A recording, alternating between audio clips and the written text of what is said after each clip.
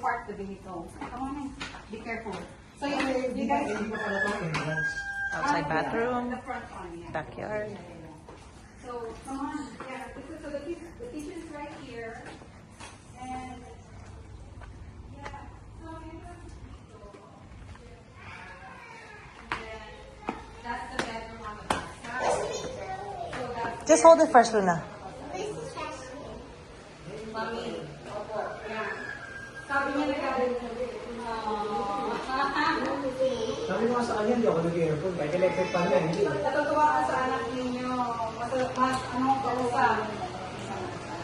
Bunso siya. Ano kasi yung isa? Oh my goodness, Mami. Sabi nga daw ko sa inyo. Oh my goodness, yeah. It's a simple one, yet it's livable naman. Yeah. So, one bedroom, two bedroom. Lilinisin lang namin. We just want to clean it up. Kasi, of course, yeah.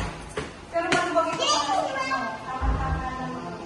Sabi ko nga sa kanya, Tama nag-aircon pa naman kami. ito, yes, yeah. Pag-ibili lang namin. Hindi lang ito. Here's the back.